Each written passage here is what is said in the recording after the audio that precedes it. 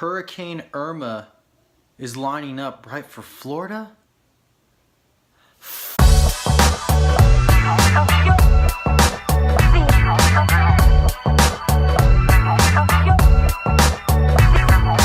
Hey guys, welcome back to the channel here, and Kaylee and I have been kind of cleaning the house today.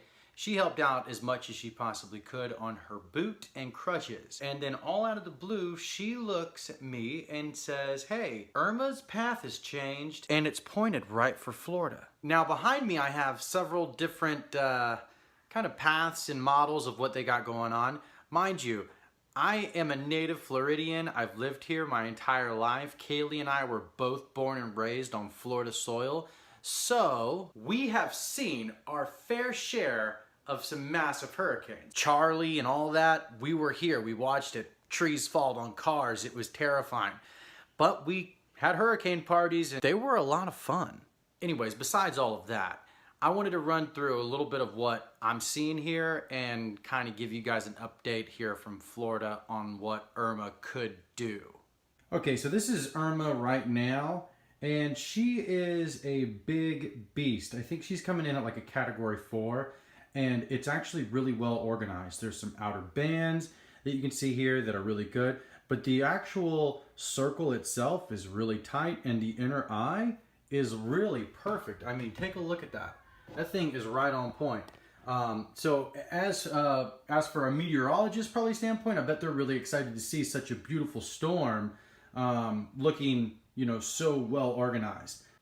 Now from this view, we can see kind of some distance and how much distance it has to travel. And there's some models already. Now, mind you, we are still 7 to 10 days out from actually seeing where she's going to make landfall. But right now, here we are in Florida, Central Florida, okay? And she's got that entire distance. I mean, it's a good stretch that she's got to move. And hurricanes don't move really fast. They have some high winds, but they actually move really slow. So there's a lot of elements that could play here. There's a lot of ground that she has to make up in between these two areas. There's even a good possibility that it might completely dissipate and that it might not even be there to look at in a week from now.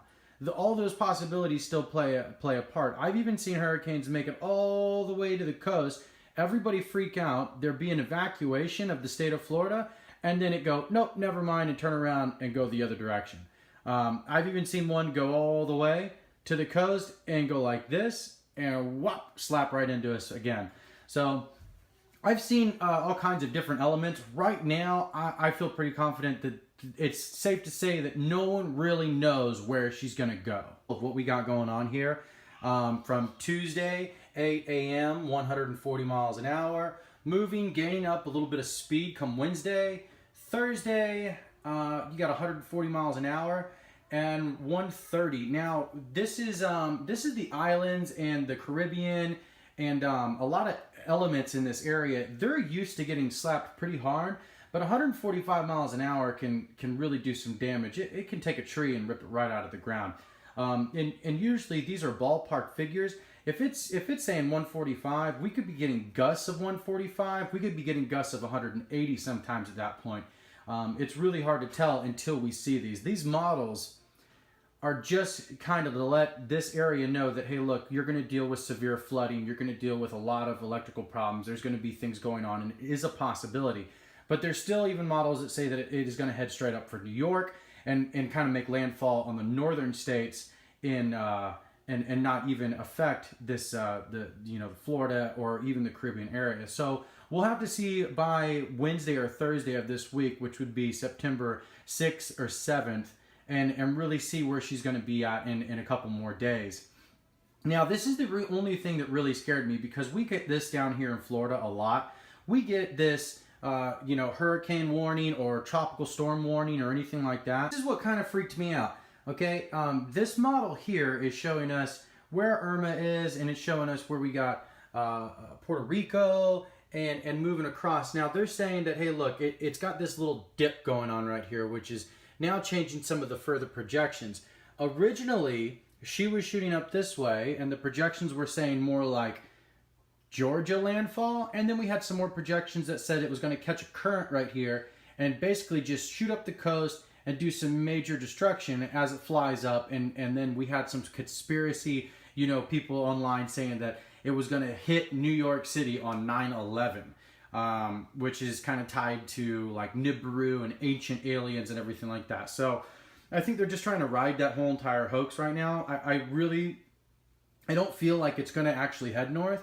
Right now, this is what scared me. Whenever we have a hurricane or tropical storm heading for the Gulf here, the Gulf of Mexico, that's when we get really worried, because whenever she rips through here and makes it past all of these islands, usually when she gets to all these islands, okay, it starts to lose its composition, its structure. The ice starts to fall apart as soon as it goes over land, and the warm waters kind of help, but it just loses a lot of its power.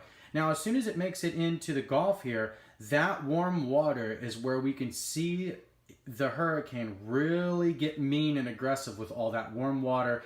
And usually we've seen them basically start right here, fly in, hit the Gulf, and then kind of slow down and sit there and do a couple rotations and then make its way out and over. So for Florida, we'll get hit for several days with just band after band of bad thunderstorms that's usually packed with tons of tornadoes. And then we've also seen this same kind of thing happen when Katrina went through. And then, of course, we have Harvey as well. So this Irma hurricane is really lining up to show us right now that there is a possibility for her to make a mass destruction and really hit landfall and cause some serious problems. But still, we are really, until we hit 8 a.m. Thursday, Wednesday or Thursday of this coming up week, we're not really going to know what she's going to be looking like, how she's going to be responding to even this landmass of Puerto Rico so close to the eye.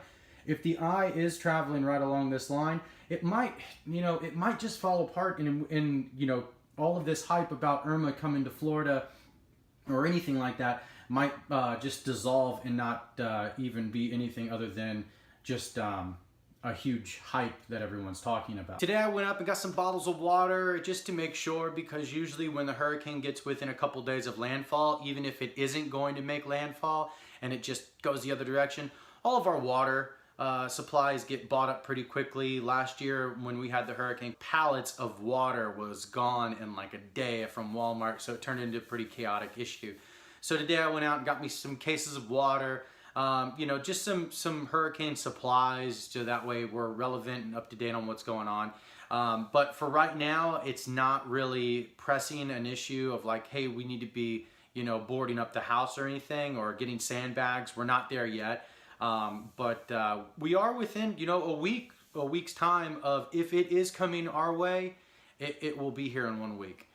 Anyways, I'm going to be documenting everything from my point of view, and hopefully everything goes, not as bad as I'm hoping it will be. Hopefully it just kind of banks and does a U-turn and goes back into the ocean, and we never see it.